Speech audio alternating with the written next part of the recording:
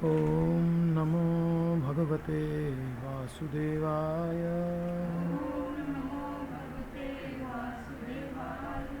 ॐ नमो भगवते वासुदेवाय।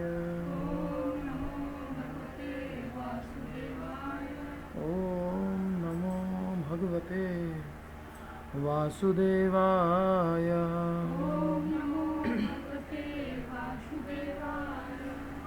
नारायणं नमस्कृत्य नरं चैव नरोत्तमं देवीं सरस्वतीं व्यासं ततो जयमुदीरये।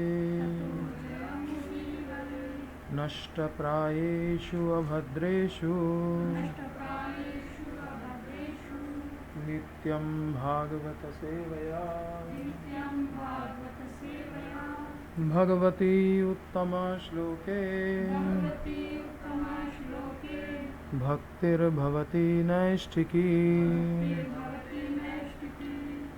ॐ अज्ञानतिमिरान्धस्य ज्ञानाञ्जनशलाकया चक्षुर्मीलितं येन तस्मै श्रीगुरुवे नमः।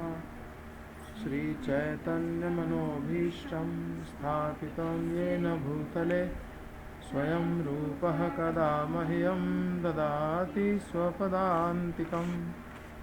वन्देऽहं श्रीगुरो श्रीयुतपदकमलं श्रीगुरून् वैष्णवांश्च श्रीरूपं साग्रजातं सगणरघुनाथान्वितं तं सजीवं साद्वैतं सावधूतं परिजनसहितं कृष्णचैतन्यदेवं श्रीराधाकृष्णपादान् सगणललिता श्रीविशाखान्वितांश्च।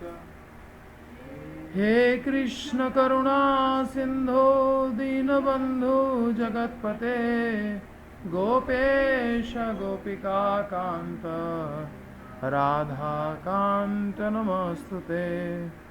तप्त कांचन गौरांगी राधे वृंदावनेश्वरी वृषभानुसुते देवी प्रणमामि हरिप्रिये।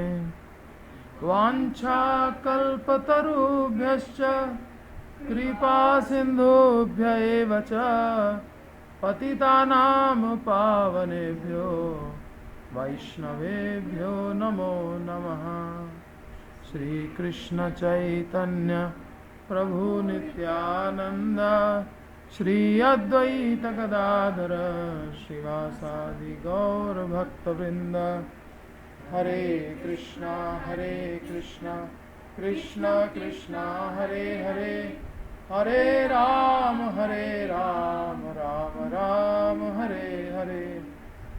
हरे कृष्णा कृष्ण कृष्ण हरे हरे हरे राम राम राम हरे हरे। हरे कृष्ण कृष्ण कृष्ण हरे हरे हरे राम राम राम हरे हरे। श्री श्री राधा कुंज बिहारी लाल की श्रील प्रभुपाद की जय। निताय गौर प्रेमानंदे हरि हरि बोल।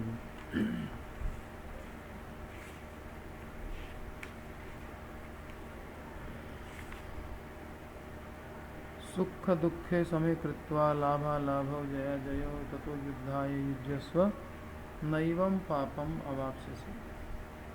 इस श्लोक की अवतारणा क्यों हुई?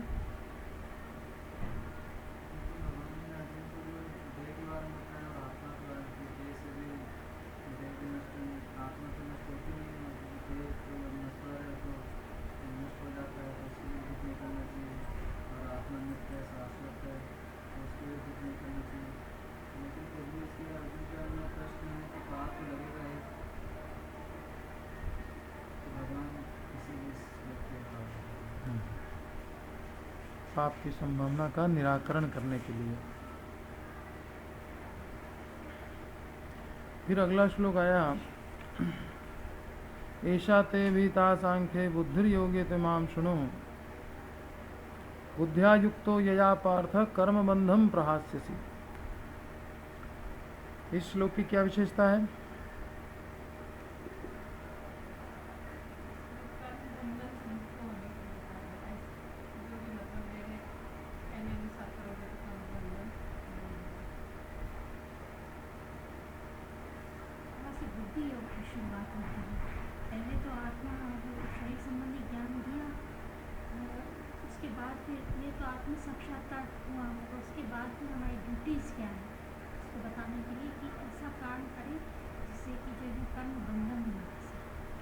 ये 39 नंबर श्लोक से सांख्य योग पूर्ण हुआ, बुद्धि योग प्रारंभ हुआ। बस इतनी सी विशेषता है इसकी। ठीक है, बुद्धि योग यहाँ पे प्रारंभ हो रहा है और सांख्य योग पूर्ण हो रहा है। ऐसा ते अभिहिता सांख्य, सांख्य योग बता दिया। 38 में हिंट है। तात्पर्य में प्रभुपाद ने क्या लिखा है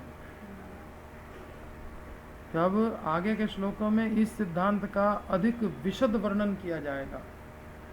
38वें के तात्पर्य की आखिरी लाइन, जो सिद्धांत 38वें में बता दिया गया उसका आगे विशद वर्णन किया जाएगा।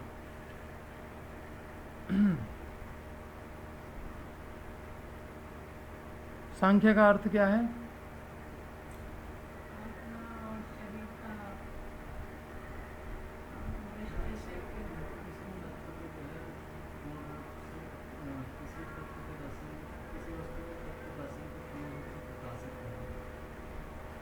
वो दर्शन जो वस्तु के तत्व को पूर्णतया प्रकाशित कर दे, सांख्य कहलाता है।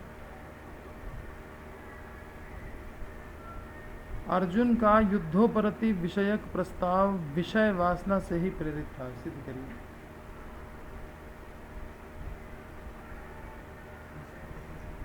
अर्जुन का युद्धोपरति विषयक प्रस्ताव, जो युद्ध से उपरत हो जाना चाहता है, ये जो उसकी इच्छा है या धारणा है, वो विषय वासना से ही प्रेरित है।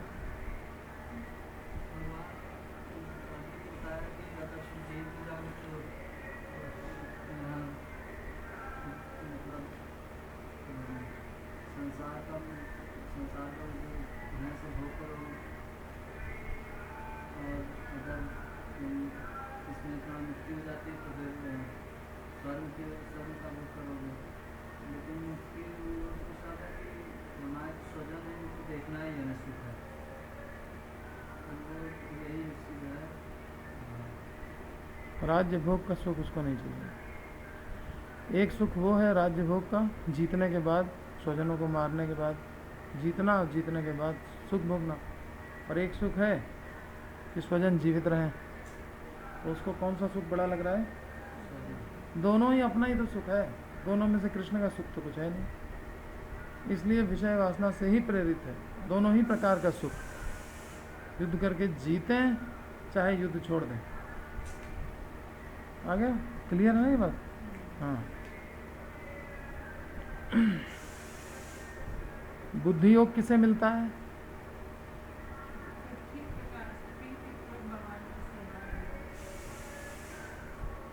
सतत युक्तानाम, युक्तानाम मने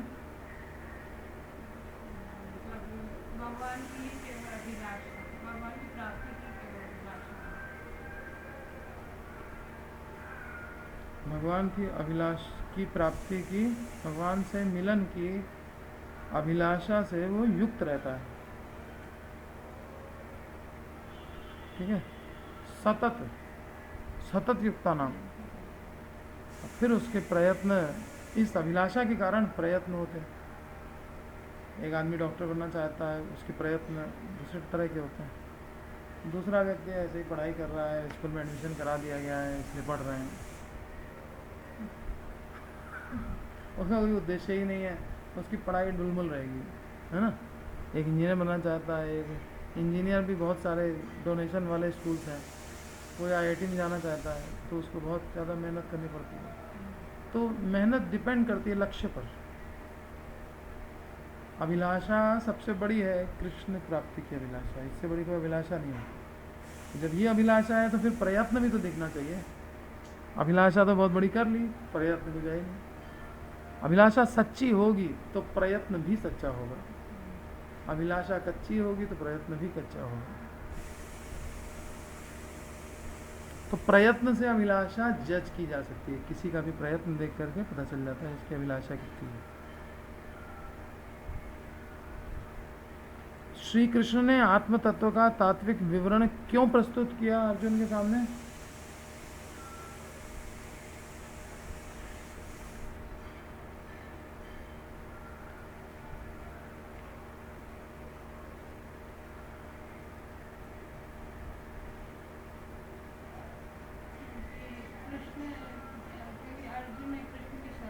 भाई अभी हम लोगों ने बैठ करके इतनी मेहनत से 38 श्लोक पढ़े, सांख्य योग याद किया, रोज क्लास में आए, क्यों? उससे क्या हो जाएगा? अरे उससे होगा क्या? हमको करना क्या है? हमको तो भक्ति करनी है ना। और हमको बैठा के समझाने लगे ये आत्मा है, ये शरीर है, ये नित्य है, ये अनित्य है, इसकी क्या जरूरत है? कहने का तात्पर्य समझो, हमको चाहिए भक्ति और हमको समझाने बैठ गए ये चीज़ें, क्यों? पहले हम ये तो जानें कि हम शरीर नहीं है, आत्मा के बारे में। एक ही बात बार बार ना बोलो ना, कुछ नया लेके आओ। हाँ, क्यों पढ़ा सांख्य योग? क्या जरूरत थी? बस पढ़ा रहे थे, क्लास हो रही थी, आना था, आ गए।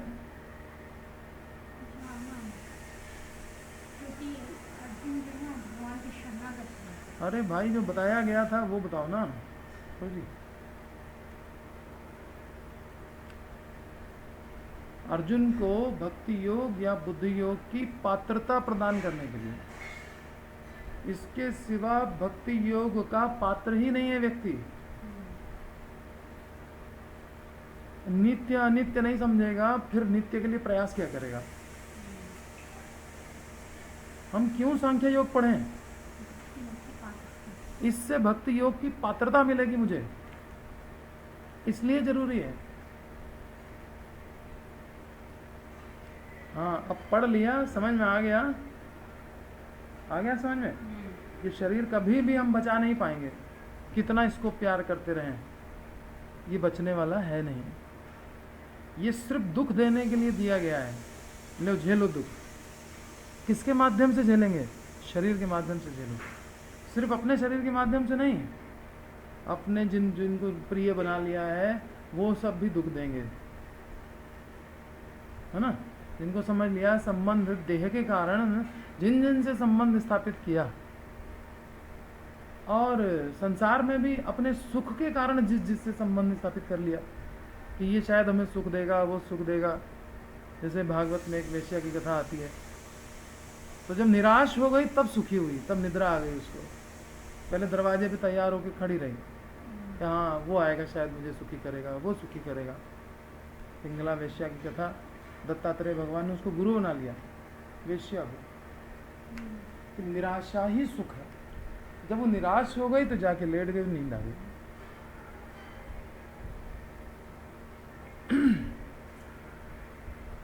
तो संसार में सब कुछ अनित्य है। इन अनित्य वस्तुओं के पीछे क्या भागना? मेरा कौन है? जो नित्य वस्तु है भगवान, उसको पाने का प्रयास करें। भगवान और माया दो ही चीज़ हैं, इनमें से कोई एक मेरा है। तो सांख्य योग से ये समझ में आ गया कि ये संसार की सब वस्तु तो अनित्य है, और मैं नित्य हूँ, तो मेरा अनित्य वस्तु नहीं हो सकती, मेरा तो नित्य ही होगा। नित्य तो माया तो है नहीं, भगवान ही है। ठीक है ना। माया स्वरूप बदलती रहती है, भगवान एक स्वरूप में रहते हैं। ठीक है। माया आज एक के पास, कल दूसरे के पास, और सब तीसरे के पास। इस दृष्टिकोण से अनित्य है। बाकी माया जो है वो भी भगवान की ही शक्ति है, इसलिए उसको नित्य कहा जाता है। दृष्टिकोण के भेद से अनित्य भी कहा जाता है। ठीक है।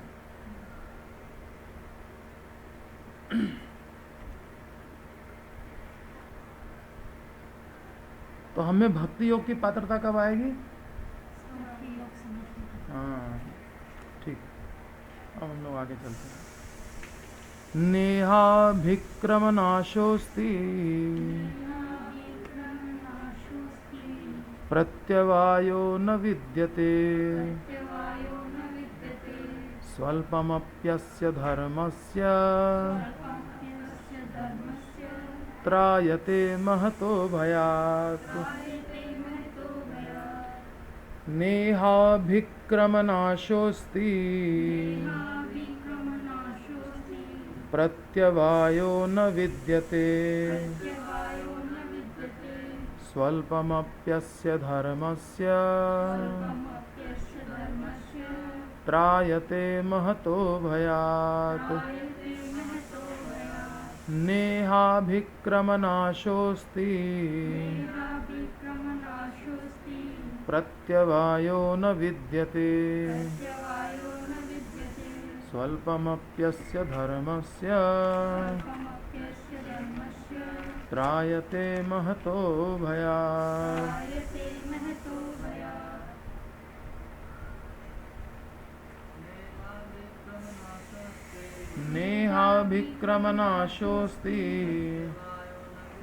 नेहाभिक्रमनाशोऽस्ति प्रत्यवायो न विद्यते स्वल्पमप्यस्य धर्मस्य त्रायते महतो भयात्। नेहाभिक्रमनाशोऽस्ति नेहाभिक्रमनाशोऽस्ति प्रत्यवायो न विद्यते प्रत्यवायो न विद्यते स्वल्पमप्यस्य धर्मस्य स्वल्पमप्यस्य धर्मस्य त्रायते महतो भयात्। त्रायते महतो भयात्। नेहाभिक्रमनाशोऽस्ति प्रत्यवायो न विद्यते स्वल्पमप्यस्य धर्मस्य त्रायते महतो भयात्। न नहीं यह इस बुद्धि योग में अभिक्रम आरंभ का नाशः विनाश अस्ति होता प्रत्यवायः ह्रास न नहीं विद्यते होता।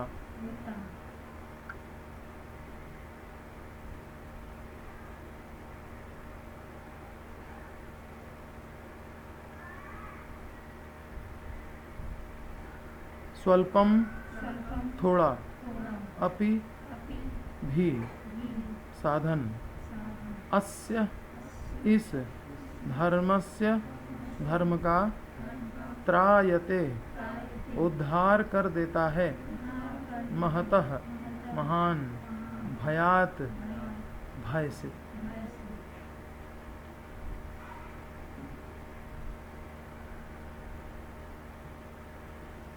तो बुद्धि योग की या भक्ति योग की महिमा बताई जा रही है इस श्लोक में।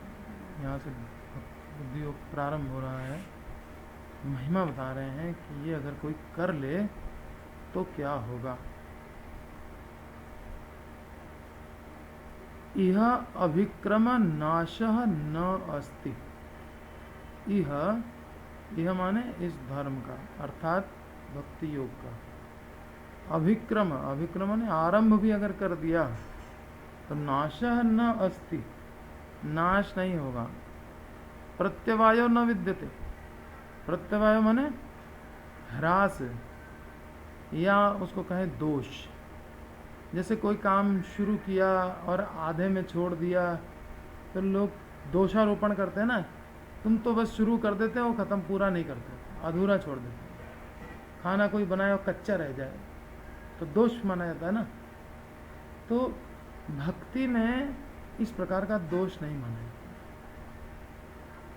आरंभ भी अगर कर दिया किसी ने तो उसमें ह्रास नहीं। ह्रास यहाँ लिखा है लेकिन ह्रास से सही मीनिंग नहीं आ रही है। दोष क्योंकि भौतिक कर्म कोई भी करो अगर अधूरा छोड़ दिया तो उसमें दोष भी लगता है। बनाया सारी मेहनत की और खाना रह गया कच्चा तो अब दोष लगेगा नहीं लगेगा? सब लोग सुनाएंगे, कहेंगे ये क्या बना दिया है। नमक तेज हो गया तो क्या होगा? गड़बड़ हो गया सब। उसी प्रकार से भक्ति ऐसी चीज है जिसमें ना तो नाश ही होता है और दोष भी नहीं लगता, चाहे अधूरा क्यों न रह जाए। ठीक है। लेकिन भौतिक कर्म IIT कोई कर रहा है, 3 साल पास किया, चौथे साल बीमार पड़ गया, नहीं पास हो पाया, तो क्या सर्टिफिकेट मिलेगा? जॉब मिलेगी? कुछ नहीं मिलेगा, सब बेकार। तो उसमें कंप्लीट करना जरूरी होता है। यहाँ पे अभिक्रम भी कर दिया तो यह अभिक्रम नाशो न अस्ति, इसके अभिक्रम का नाश नहीं होता। और प्रत्यवायो न विद्यते, दोष भी नहीं लगता। अस्य धर्मस्य स्वल्पम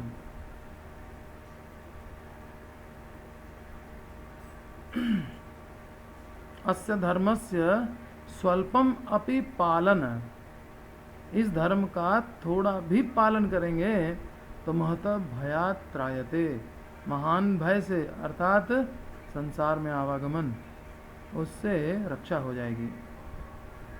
अस्य धर्मस्य स्वल्पम अपि पालनम महतो भयात् त्रायते, महान भय से त्राण करेगा। कृष्ण भावना के लिए अब यहाँ से प्रभुपाद जी ने सुख दुख समय कृत्वा से लेकर के, इसके पहले कृष्ण भावना का प्रयोग नहीं हुआ था। सुख दुख समय कृत्वा से लेकर के कृष्ण भावना भावित क्रिया, ये शब्द प्रयोग होना चालू हुआ है, क्योंकि यहीं से सुख दुख जहाँ से बुद्धि योग प्रारंभ होता है उसी को कृष्ण भावना भावित क्रिया कहा जाता है। ठीक है। अब पूरी गीता में आगे तो कृष्ण भावना भावित क्रिया का वर्णन मिलेगा, लेकिन पहले सांख्य में कहीं ये शब्द था नहीं। कृष्ण भावना के लिए जो कुछ भी साधन किया जाता है उसका न तो कभी नाश होता है और न ह्रास ही होता है। ये कृष्ण भावना या बुद्धि योग, ये है क्या चीज? जिसमें भगवान की सेवा की जाती है और प्रीति से की जाती है और हृदय प्रफुल्लित रहता है। ठीक है।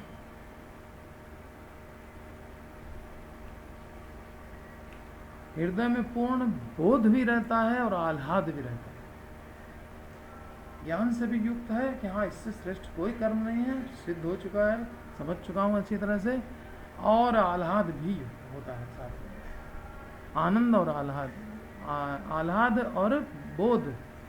जबकि जो सामान्य ज्ञान होता है उसमें क्या होता है? उसमें आह्लाद नहीं रहता है, क्योंकि ज्ञानियों की जो ब्रह्म ज्योति होती है उसमें आनंद अंश नहीं रहता है, इसीलिए पतन होता है। और यहाँ पर क्या है? ज्ञान भी है, आनंद भी है, तो पतन की कोई संभावना नहीं है। जहाँ आनंद है वहाँ पतन नहीं होता। तो कृष्ण भावना के लिए कुछ भी साधन किया जाता है उसका न तो कभी नाश होता है और न ह्रास ही होता है। इस पथ में की गई अल्प प्रगति भी महान भय से रक्षा कर लेती है। ठीक है। अब सही भावना से युक्त होकर के कृष्ण के लिए ही कर्म कर रहे हैं, अपनी इंद्रिय तृप्ति के लिए नहीं कर रहे, तब उस कर्म का न कभी नाश होगा और न ही कभी दोष लगेगा।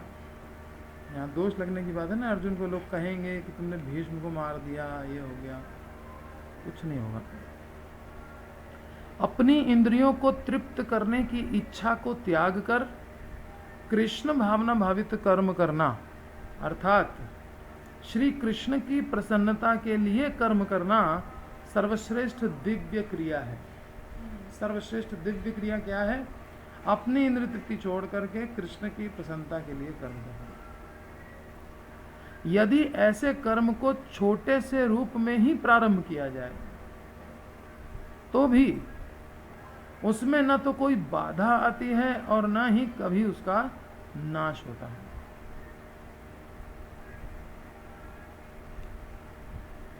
यह नियम है कि किसी प्राकृत क्रिया को, कोई मटेरियल एक्टिविटी प्रारंभ करके पूर्ण करना आवश्यक है,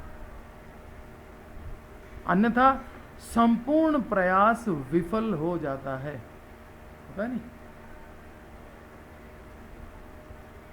परंतु कृष्ण भावना भावित कर्म की यह विशेषता है कि अपूर्ण रह जाने पर भी उसका चिरस्थायी फल होता है।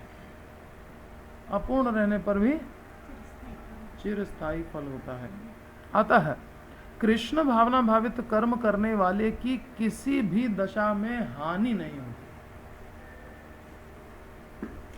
यदि कृष्ण भावना भावित कर्म केवल 1% ही पूर्ण हुआ हो तो भी उसका सनातन फल होगा, जिससे पहले किए हुए की आवृत्ति किए बिना भविष्य में उत्तरोत्तर आगे उन्नति की जा सकती है।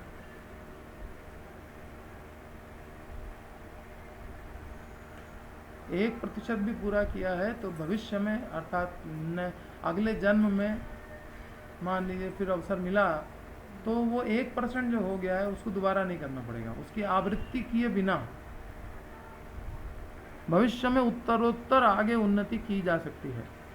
इसके विपरीत प्राकृत कर्म जब तक 100% पूर्ण नहीं हो जाता तब तक उससे कुछ लाभ नहीं होता। अजामिल ने कृष्ण भावना विषयक साधन का अभ्यास एक अंश में ही किया था, परंतु मृत्यु समय भगवत कृपा से उसे पूर्ण फल की प्राप्ति हुई। इस संदर्भ में श्रीमद् भागवत में एक सुंदर श्लोक है। नारद जी बोल रहे हैं, त्यक्त्वा स्वधर्मं चरणाम्बुजं हरेः भजन् पक्वोऽथ पतेत् ततो यदि यत्र क्व वा भद्रमभूदमुष्य किं को वार्थ आप्तो भजतां स्वधर्मतः। विषय भोग को त्याग कर जो कृष्ण भावना भावित कर्म करता है वह यदि कार्य पूर्ति न कर पाने से पतित भी हो जाए तो उसे क्या हानि, अर्थात कोई हानि नहीं। वही भगवान कह रहे हैं नेहा विक्रम, वही नारद जी वहां में किसको कह रहे हैं? श्लोक संख्या देखो तो पता चल जाएगा। 1:5:17 किसको कह रहे हैं?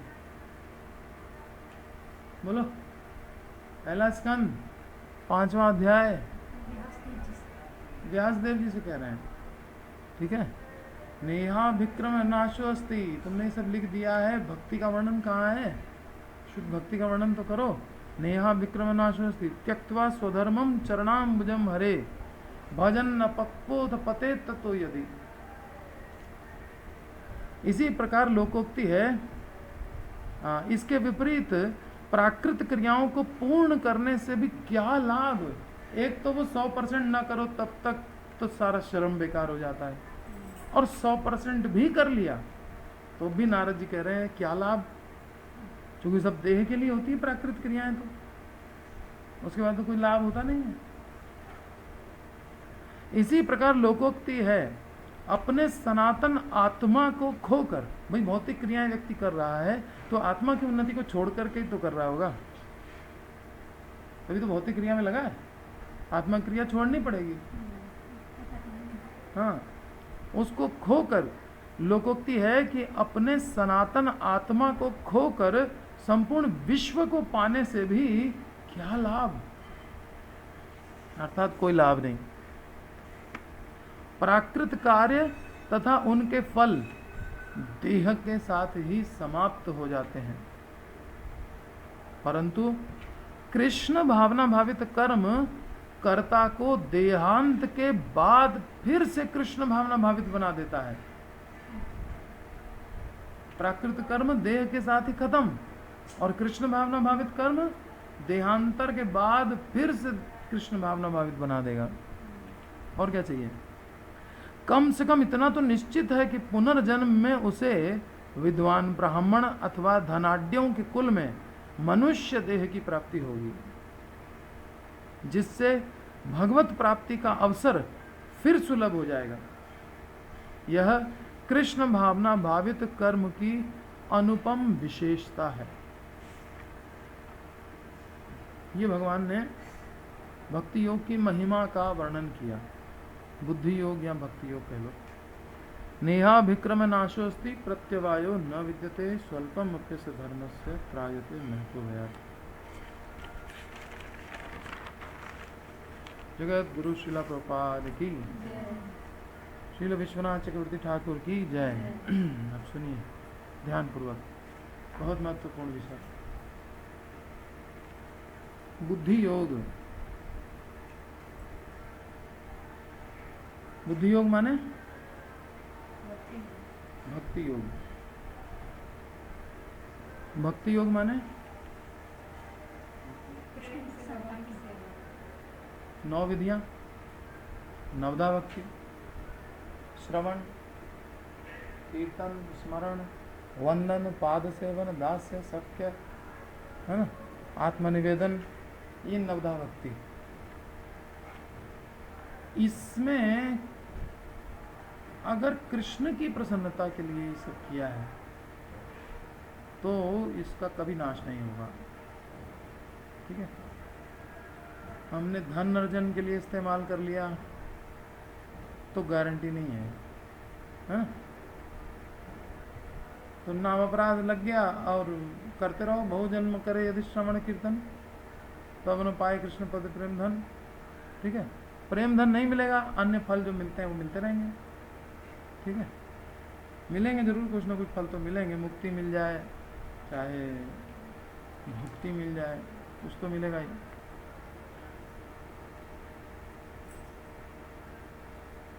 और जो भगवत अर्पित निष्काम कर्म योग है, क्या वो भी बुद्धि योग में आएगा? निष्काम कर्म योग, कर्म कर रहे हैं, ऑफिस में काम कर रहे हैं और बिल्कुल निष्काम होकर के कर रहे हैं, हमको उसका फल नहीं भोगना है। ठीक है,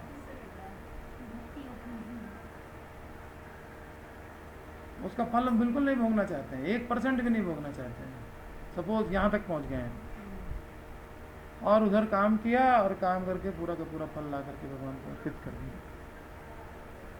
भगवत अर्पित निष्काम कर्म योग, क्या इसकी तुलना भक्ति योग से कर सकते हैं? श्रवण कीर्तन आदि से नहीं कर सकते। ठीक है, लेकिन कहीं कहीं पे इसको भी बुद्धि योग कहा जाता है। अब बुद्धि योग को भी समझिए, जैसे श्रद्धा है,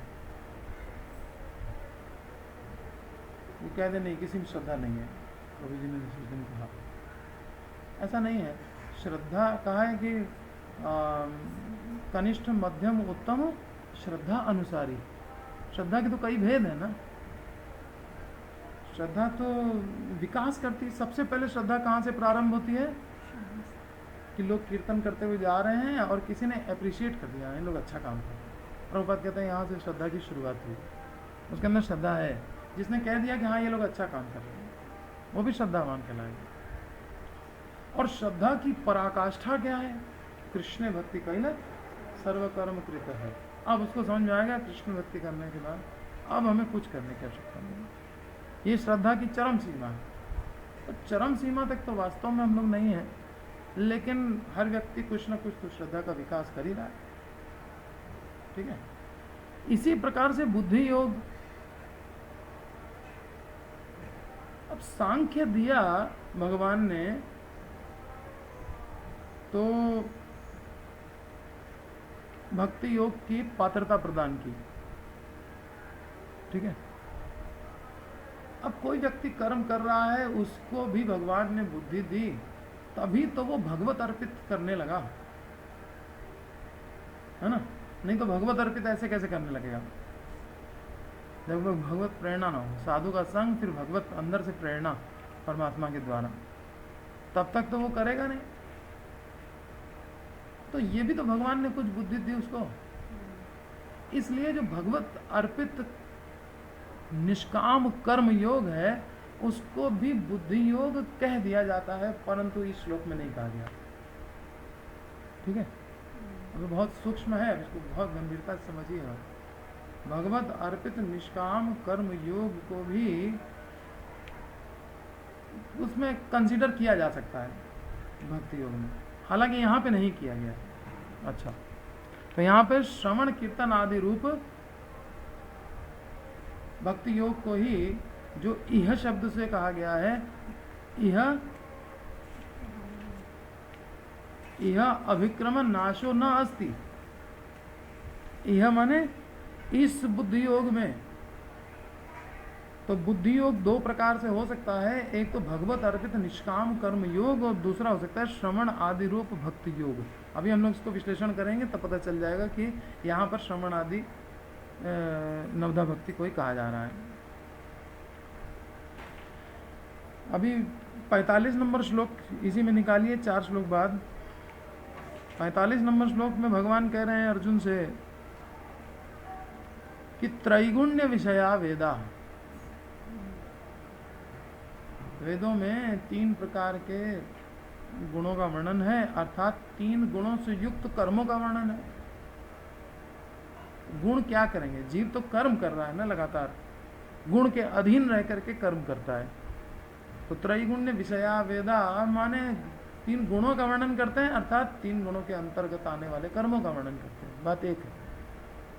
त्रैगुण्य विषया वेदा, भगवान कह रहे हैं निस्त्रैगुण्य भवार्जुना, तुम तीनों गुणों से ऊपर उठो, अर्थात तीनों गुणों से परे वाला कर्म करो, अर्थात भक्ति योग। ये निस्त्रैगुण्य क्या है? गुणातीत हो गया।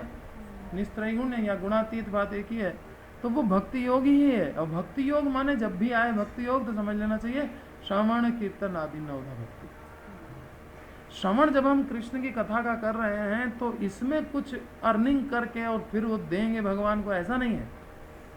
ये श्रवण, ये क्रिया ही अपने आप में भक्ति योग है। एक व्यक्ति कमा करके लाखों करोड़ों दे रहा हो, अरबों दे रहा हो, लेकिन एक व्यक्ति बैठ करके शुद्ध भक्त से कृष्ण कथा सुन रहा है, वो श्रेष्ठ माना जाएगा। ठीक है, क्योंकि ये गुणातीत कार्य कर रहा है और उसने गुणों के अंतर्गत कार्य किया। वो कर्म सतोगुणी कहलाता है कि कमाया और भगवान को अर्पित किया। ठीक है, ये सतोगुण में आता है, ये गुणातीत नहीं है। इसीलिए सबसे पहले इसका वर्णन किया है 3रे अध्याय में। कर्म योग इसको कहा गया, इसको भक्ति योग कहाँ कहा गया? कर्म योग कहा गया। और भगवान कैसे मिलते हैं? इससे शुद्धि जरूर होगी चित्त की, उस लेवल पे आएंगे, लेकिन कहो कि इतना ही करके और भगवत प्राप्ति हो जाएगी तो नहीं होगी। ठीक है,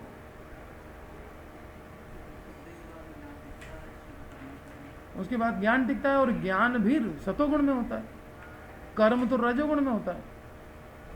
कर्म में बंध जाता है व्यक्ति कब? जब रजोगुण में होता है। रजोगुण कर्म से बांधता है और सतोगुण से ज्ञान की उपाधि से बांध देता है। तो ज्ञान तक तो सतोगुण में है, वो भी दिव्य स्तर पे नहीं है।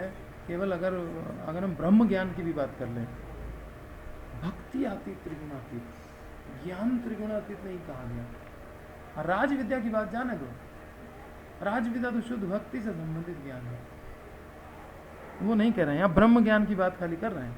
ब्रह्म ज्ञान में भक्ति तत्व नहीं होता। ठीक, त्रैगुण्य विषया वेदा निस्त्रैगुण्यो भवार्जुन निर्द्वंदो नित्य सत्वस्थो निर्योग क्षेम आत्मान। इस श्लोक में भक्ति को ही त्रिगुणातीत बताया गया है, श्रवण आदि भक्ति। अब हम त्रिगुणातीत होंगे कैसे?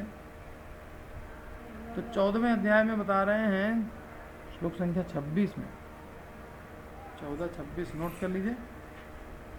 त्रिगुणातीत कैसे होंगे?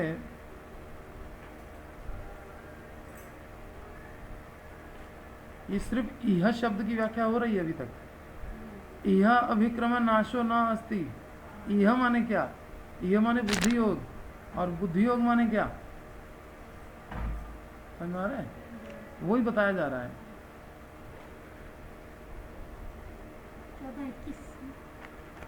14-26 माम चयो अव्यभिचारेण भक्ति योगेन सेवते।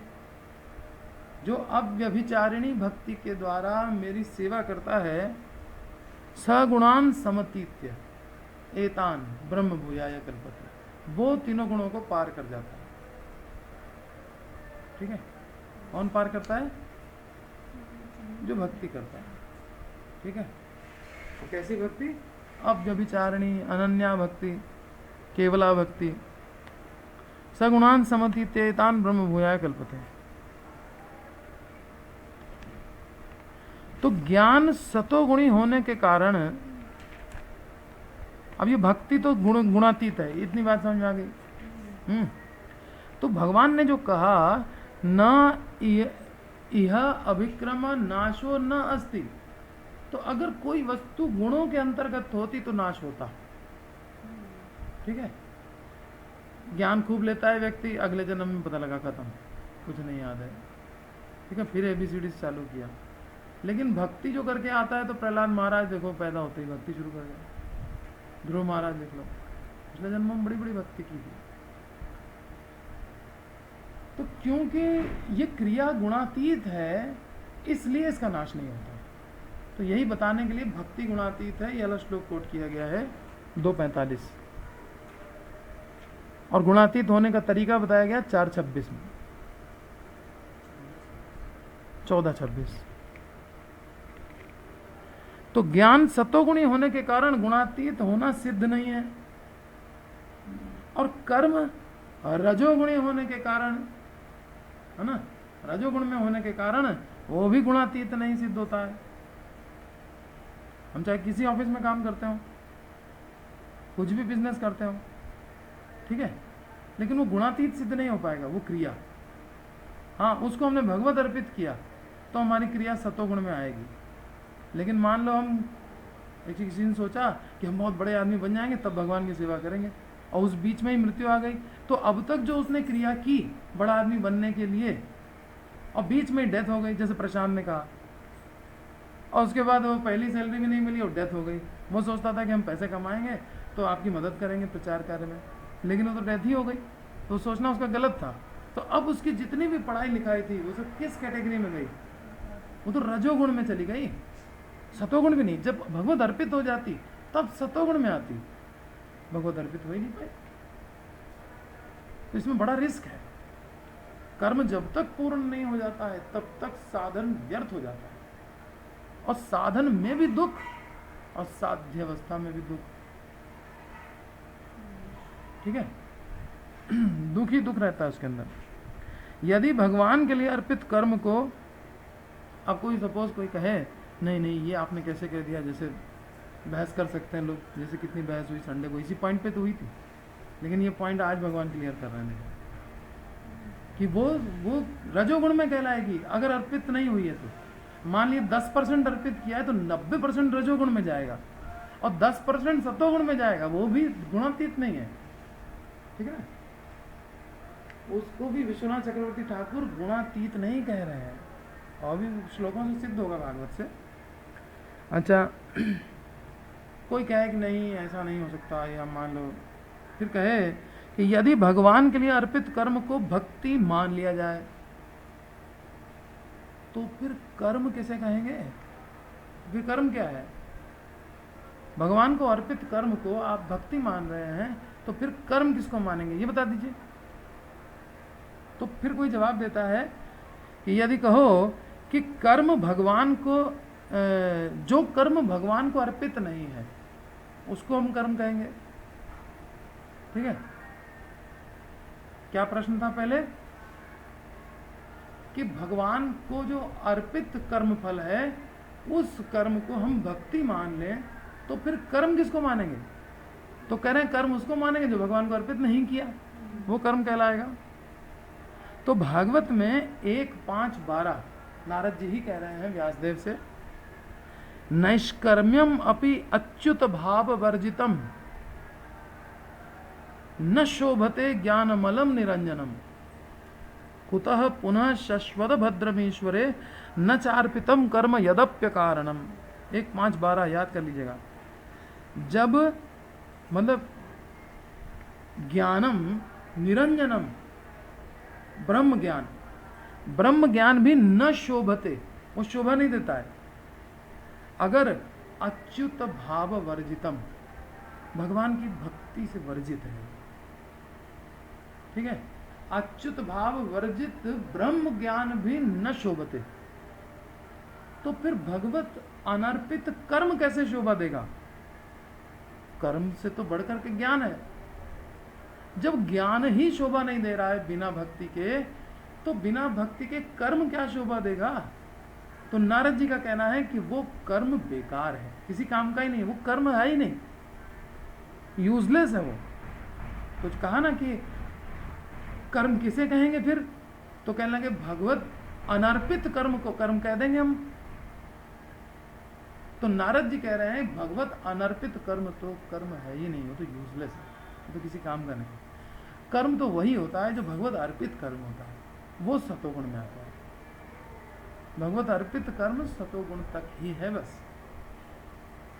वो श्रवण, अभी देखो श्रवण कीर्तन आदि से तुलना करो कि हम कमा कमा करके भगवान को दे रहे हैं, उसकी तुलना करो श्रवण कीर्तन से। एक व्यक्ति दिन भर श्रवण कर रहा है, दूसरा व्यक्ति दिन भर ऑफिस में काम करके सारा पैसा कृष्ण को दे रहा है, लेकिन क्यों वो कर्म कर रहा है? इसका मतलब उसको कर्म में, उसमें बंधन है उसका, उस कर्म में। श्रवण कीर्तन जब पूरा देना ही है कृष्ण को, तो क्यों ना भगवान का नाम कीर्तन करो। आया समझ? तो पहले प्रश्न उठा कि यदि भगवत अर्पित निष्काम कर्म योग को भक्ति मान लिया जाए तो कर्म किसे कहेंगे? तो उन्होंने कहा भगवत अनर्पित कर्म को हम कर्म कहेंगे। तो नारद जी ने यह कह दिया कि भगवत अनर्पित कर्म तो शोभा ही नहीं पाता है। जब ज्ञान ही जो भक्ति अच्युत भाव से वर्जित हो तो वही शोभा नहीं पाता है, तो अनर्पित कर्म क्या शोभा पाएगा? वो तो यूजलेस है, उसको तो कुछ गिनते ही नहीं है नारद जी, वो तो किसी काम का नहीं है। जब भगवत भक्ति शून्य निष्काम और निर्दोष ब्रह्म ज्ञान भी अशोभनीय ही है, तब साधन और साध्य दोनों ही अवस्थाओं में दुख देने वाले सकाम कर्म और निष्काम कर्म आदि यदि भगवान को समर्पित न हो तो भला वे किस प्रकार शोभनीय होंगे। साधन में भी कष्ट देने वाला है कर्म जो है, चाहे सकाम हो चाहे निष्काम हो। हम सकाम से कर रहे हैं तो भी ऑफिस में जा करके दिन भर कस्टमर डीलिंग कर रहे हैं, ये कर रहे हैं, वो कर रहे हैं, है ना। वो दुखदायक ही। आदमी तो श्रवण कीर्तन करना चाहता है और बैठ करके कस्टमर डीलिंग कर रहा है, दुनिया की बातें। और चाहे निष्काम भाव से कर रहा हो तब भी तो उसको वही चीज करनी पड़ रही है ना। वो कृष्ण का श्रवण कीर्तन तो नहीं कर पा रहा है ना, तो उसके लिए कष्टदायक ही होगा ना। तो ये कष्टदायक ही रहता है, चाहे सकाम हो चाहे निष्काम हो, कर्म सदैव कष्टदायक होता है। और फल प्राप्त होने के बाद भी वो फल भगवान को अर्पित करना है, तो उस फल को संभाल संभाल के रखो, कहीं बैंक में रखो, इधर रखो, उधर रखो। चाहे सकाम हो तब भी उसको रख रखाव की ध्यान रखना पड़ेगा। जैसे कि अभी हम लोगों को ये बुक डिस्ट्रीब्यूशन के लिए उन्होंने फंड्स दिए हैं, अब उसके बाद उनको एक्नॉलेजमेंट चाहिए, ये वो सब चीज़ बाकायदा वो चेक करेंगे। उन्होंने भी कुछ लोगों को बैठा रखा होगा कि कहीं ऐसा ना हो कुछ गड़बड़ नहीं हो रही है उसमें, तो बहुत सावधान तो रहना पड़ेगा ना। और श्रवण कीर्तन में क्या सावधानी है ना। तो वो तो उत्कृष्ट है ही, वो इन सब से कहीं ज्यादा उत्कृष्ट है। तो उसने जो है कर्म फल अर्पण किया है, बहुत सारा कर्म फल अर्पण किया है, लेकिन उसकी क्रिया क्या कहलाएगी? बल्कि जो लोग इन बुक्स को लाइब्रेरी में ले जाकर के दे रहे हैं वो भक्ति योग में आएंगे, समझ में? लेकिन जिसने खाली पैसा दे दिया है वो व्यक्ति सतोगुण में आएगा, बस इससे ज्यादा नहीं आएगा। ठीक है, हाँ। तो जब भगवत भक्ति शून्य निष्काम और निर्दोष ब्रह्म ज्ञान भी अशोभनीय है, तो फिर कर्म किस प्रकार से शोभनीय होगा? अर्थात भगवत अनर्पित कर्म व्यर्थ ही है। अतएव यहाँ इह शब्द जो इह अभिक्रम नाशो न अस्ति, इसका अभिक्रम नाश नहीं होता। तो इह का मतलब है श्रवण कीर्तन आदि भक्ति योग ही। अच्छा,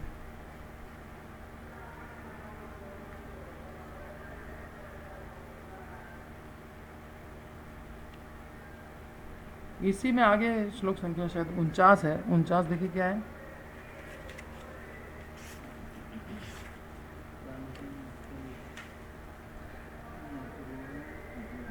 दूरेण है वरम कर्म बुद्धि योगा धनंजय, बुद्धौ शरणमन्विच्छ कृपणा फल हेतव। दूरेण है वरम कर्म बुद्धि योगा धनंजय। हे धनंजय, भक्ति योग के द्वारा सब प्रकार के निकृष्ट सकाम कर्मों से मुक्त होकर पूर्ण रूप से बुद्धि योग की शरण में हो जा। जिन्हें कर्म फल की वासना है वे तो अत्यंत दीन है। तो कर्म फल की वासना करने वाले को अत्यंत तुच्छ यहाँ पे बताया गया है, ठीक है। तो सकाम कर्म तो अत्यंत तुच्छ है, इसमें भी कह दिया गया, नारद जी ने भी कहा वो तो किसी काम का नहीं है, उसको तो दूर से ही त्याग दो। दूरेण ही वरम कर्म बुद्धि योगा धन्य। बुद्धि योग के द्वारा उस कर्म को, सकाम कर्म को तो बिल्कुल ही त्याग ही दो, उसको तो किसी भी कैटेगरी में नहीं गिना जाएगा। तो सबसे श्रेष्ठ क्या है? श्रवण कीर्तन आदि नवधा भक्ति। फिर उसके बाद निष्काम भगवत अर्पित कर्म, चूंकि ये चित्त को शुद्ध बनाएगा। और फिर काम में कर्म तो बेकार है ही है। तो अब भगवान कह रहे हैं नेह न यह अभिक्रम नाशोस्ति प्रत्यवायो न विद्यते। तो आरंभ करने मात्र से इसका नाश नहीं होगा और फिर दोष भी नहीं लगेगा कि क्यों नष्ट कर दिया, क्यों बीच में छोड़ दिया। हाँ, बीच में अगर किसी कारण से, शरीर के कारण छूट गया, शरीर में ऐसा रोग लग गया कि आदमी कर ही नहीं पाया, तो कोई दोष नहीं है, उतना तो उसके साथ है ही। कर्मयोग यदि पूर्ण ना हो तो कर्म का नाश हो जाता है और दोष भी लगता है।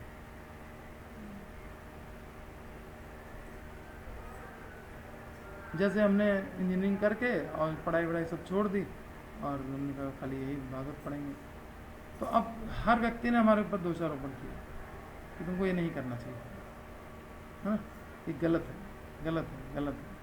अभी भी यही दोषारोपण चल ही रहा है। अभी अगर यही चल रहा होता कि खूब कमा करके अभी अगर होते और पैनासोनिक वगैरह में, तो 1-2 लाख रुपया कमा रहे होते महीने में, और उस फल को अगर अर्पण कर रहे होते तो कोई भी व्यक्ति उंगली नहीं उठाता, तो कहते हैं हाँ बहुत अच्छा चल रहा है। और अगर ये करने लग जाओ तो ये कोई सेवा ही नहीं है, किसी काम की नहीं। जबकि यहाँ पे भगवान कुछ विपरीत बात कह रहे हैं। कर्मयोग यदि पूर्ण ना हो तो कर्म का नाश हो जाता है और दोष भी लगता है। यदि जिज्ञासा हो कि भक्ति का अनुष्ठान करने की इच्छा की, परंतु किसी कारण से पूर्ण नहीं हुआ, तो क्या फल नहीं मिलेगा? तो भगवान इसीलिए स्वल्पम वाला, स्वल्पम अप्यस धर्म से त्रायते महत्व है, ये कह रहे हैं। शुरुआत की तो नाश नहीं होगा, लेकिन शुरुआत करके पूर्ण नहीं किया, अल्प ही करके छोड़ दिया। पहले भगवान ने शुरुआत वाली बात कही थी कि शुरुआत अगर कर दी है तो भी नाश नहीं होगा और दोष भी नहीं लगेगा, और पूरा नहीं किया, थोड़ा ही करके छोड़ दिया, तो भी क्या होगा? त्रायते में तो भयात। यदि तो क्या फल नहीं मिलेगा? तो भगवान स्वल्पम इत्यादि कह रहे हैं। थोड़ी सी भी भक्ति नष्ट नहीं होगी। उदाहरण अजामिल, अजामिल के प्रसंग में 6:16-44 नोट कर लीजिए, पढ़ लीजिएगा अच्छे से। यह नाम सकृत श्रवणात्, ये नाम एक बार में सुना करो, 6:16-44 नहीं तो बाद में लिखा करो फिर। यह नाम सकृत श्रवणात् पुलकसोपि विमुच्यते संसारात्। यह नाम सकृत श्रवणात्, इस नाम को एक बार भी किसी ने सुना तो पुलकसो अपि, पापी से पापी व्यक्ति भी हो, विमुच्यते संसारात्, संसार से मुक्त हो सकता है। तो क्यों नहीं भक्ति का नाश होता है? निर्गुण होने के कारण। भागवत में इसके अनेक प्रमाण है कि भक्ति निर्गुण है, 3 गुणों के अंतर्गत नहीं आती।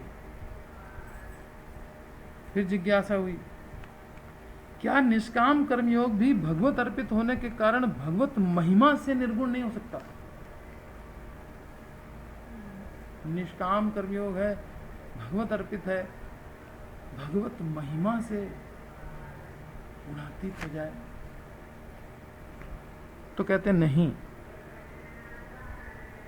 भगवान उद्धव से कह रहे हैं 11:25-23, मदर्पणम निष्फलम वा सात्विकम निज कर्म तत्। मदर्पणम निष्फलम वा सात्विकम निज कर्म तत्। निज कर्म किया, और भगवान को अर्पित किया, तो भगवान कह रहे हैं सात्विकम तत्कर्म, वो सात्विक कर्म है। और राजसम कर्म फल संकल्पम, जो फल का संकल्प कर लिया कि मैं भोगूंगा, तो राजस हो गया। और हिंसा प्रायादि तामसम, हिंसा करके कोई कार्य किया तो तामस हो गया। ये है तो सात्विक कर्म, राजस कर्म और तामस कर्म। तामस कर्म हिंसा करके किया, और राजस कर्म हुआ जब फल की आकांक्षा कर ली, और जब फल भगवत अर्पित किया तो सात्विक कर्म हुआ। और जब श्रवण आदि कीर्तन किया तब वो आया भक्ति योग में, या उसको वास्तव में बुद्धि होती है। फिर ये जो श्रवण आदि की भक्ति है, श्रवण कीर्तन स्मरण वंदन पाद सेवन दास्य आत्मनिवेदन, ये सब जो है, ये इसकी शुरुआत भी कर दी तो उसका नाश नहीं होता है, और अल्प मात्रा में करके छूट भी गया तो भी महान भय से रक्षा। ठीक है, लेकिन इसमें भी एक रिस्क है। नेहा विक्रम नाशो अस्ति, इसका नाश तो नहीं होता, लेकिन वैष्णव अपराध क्या होता है? पागल हाथी आएगा, वो है पागल हाथी। वो अगर घुस गया, रूप गोस्वामी बता रहे हैं, चैतन्य महाप्रभु ने रूप गोस्वामी को बताया, रूप गोस्वामी भक्त रसामृत सिंधु में उसी का वर्णन कर रहे हैं। कह रहे हैं ये हाथी माता, ये पागल हाथी है, ये भक्ति लता को उखाड़ देता है। तो अब यहाँ हम सोच सकते हैं कि कंट्राडिक्शन है। यहाँ तो भगवान ने कहा है नेहा विक्रम नाशो अस्ति, जो नाश होता ही नहीं है, भक्ति का कैसे नाश हो जाएगा? लेकिन वैष्णव अपराध एक ऐसा भयंकर है कि जिसमें भक्ति की लता जड़ से उखड़ जाएगी, इसलिए उससे बचना चाहिए। जड़ से उखड़ जाएगी भक्ति, तो कुछ नहीं शेष रह जाएगा, श्रवण कीर्तन सब छूट जाएगा। यही एकमात्र रिस्क है। अभी इसी पर कल और चर्चा करेंगे, बहुत महत्वपूर्ण है। ठीक है, अच्छी तरह से समझ के आना, तात्पर्य पढ़ करके फिर प्रश्नोत्तर करेंगे। हरे कृष्ण। श्रीमद् भगवद गीता यथारूप की जय, श्रीला प्रभुपाद की जय, निताय गौतम आनंदे।